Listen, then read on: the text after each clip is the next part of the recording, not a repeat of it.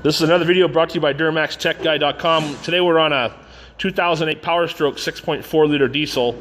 The customer called me over here. I guess the truck stopped and they've done a compression test and all cylinders are under 150 pounds.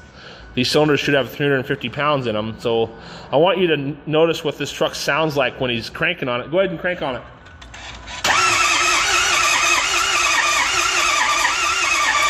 Okay, it's not starting in it. It's not a smooth start.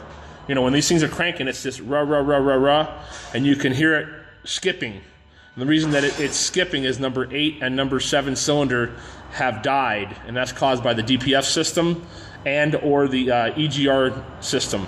The EGR, it will fill full of water and fill number 8 cylinder full of water.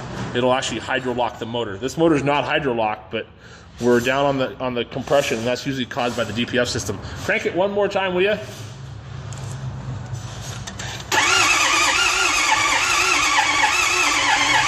hear it?